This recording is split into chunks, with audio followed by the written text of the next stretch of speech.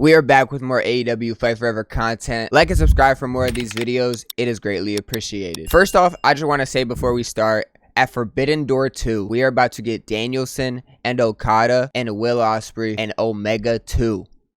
That's only 2 matches on the card. Forbidden Door 2 is already set to be a banger. I mean, as we keep getting closer and closer to the release of AEW Fight Forever, it keeps proving why this game will deliver and be one of the best. Dude!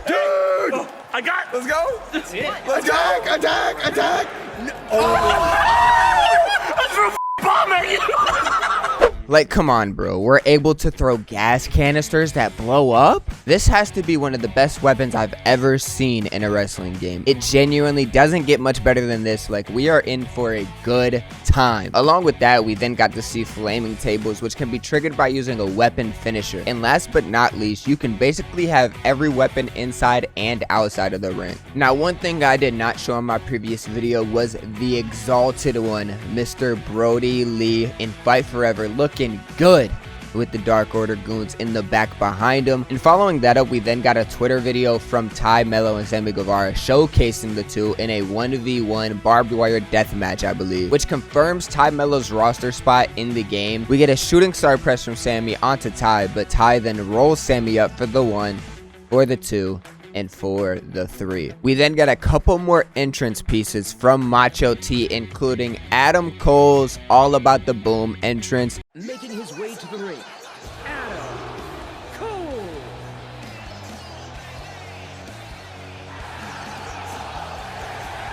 Bryan Danielson's entrance. The American Dragon, Bryan Danielson.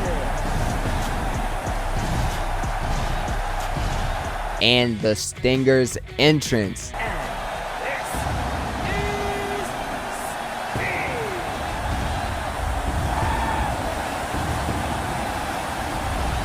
Also, if you haven't noticed from the videos that we've seen that have came out on YouTube, Twitter, characters basically bleed on impact from a little bit of the bubbly, any barbed wire weapon, the gas canister explosion thingy, and probably more that honestly I can't remember right now. We now have some new character spotlights showing off Owen Hart coming from Dank Ops, aka Chris Danker, which, like, good for that guy, man. He got to show off Owen in Fight Forever's Road to Elite mode, which he said it was more like season mode than a career mode, so that's interesting to me. To start off in the character selection screen, you can choose what diet your wrestler has. When has that ever been in any type of season mode or wrestling game, as a matter of fact? Nah, but actually, I'm curious if it's ever been in a wrestling game, so leave that in the comments below. Look at Owen, man. He looks great in this game. Talking on the phone with Tony Khan as he is being invited to the Double or Nothing Casino Battle Royal. Now, also a cool part in this phone call with Tony Khan is apparently there's different dialogue for different superstars. So like an old head, Kenny Omega type and more. It's all different, so that's actually pretty interesting. And I wonder if it's different like all around, like every superstar is different, or if there's like, you know, if it's like the same for a Sting and an Owen Hart. But we'll find out. We got more info as we got to see the Double or Nothing press conference with Matt Jackson, Dr. Britt Baker, DMD, and Owen Hart. Like, come on, this is sick. We have Owen sitting down at a press conference, literally talking to the people. We then got to see what every wrestling game really has in a career mode or season mode, which is the skills screen. We get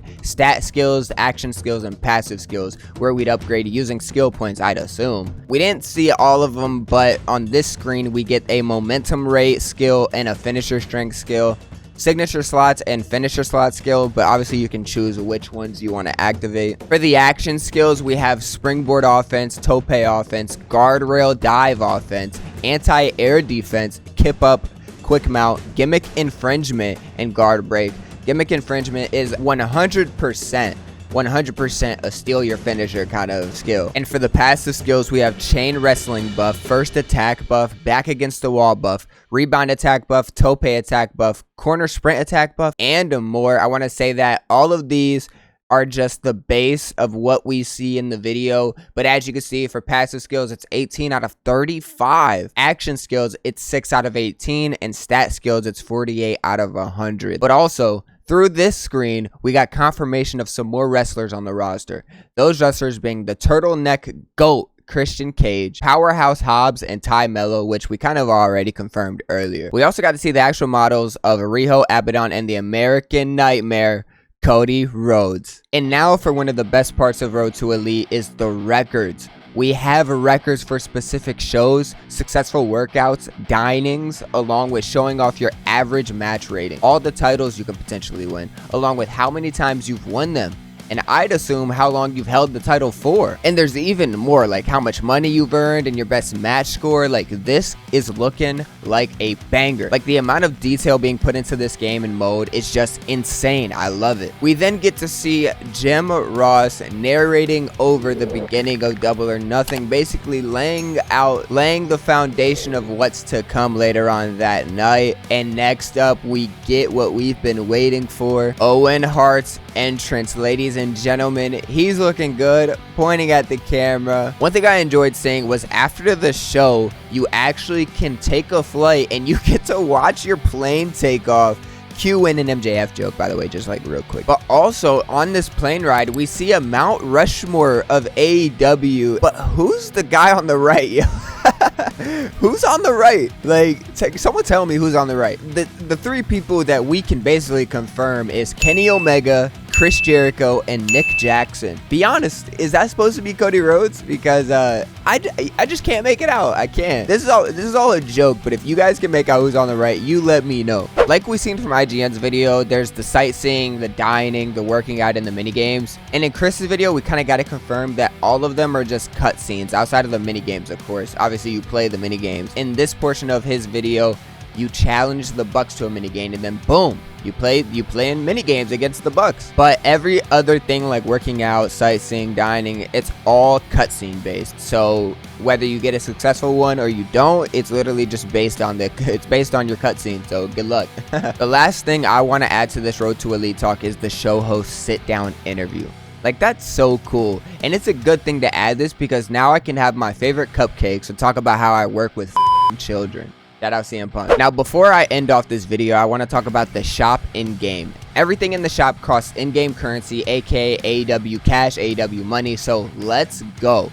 Owen Hart, Paul White, and Aubrey Edwards are all unlockable characters with the in-game currency, but we also got attires that are in the shop, which includes an Owen Hart attire and more. Along with that, we can purchase a horse, shout out Hangman Adam Page, a dog, shout out CM Punk, and more attire pieces. All in all, I hope you guys enjoyed this video, but listen to me. AEW Fight Forever will be elite, and I can't wait to play it. But until the game releases, stay tuned for more videos from myself. Like the video if you enjoyed, subscribe to the channel, turn on post notifications, never miss another video from your boy. And as always, I hope you guys did enjoy.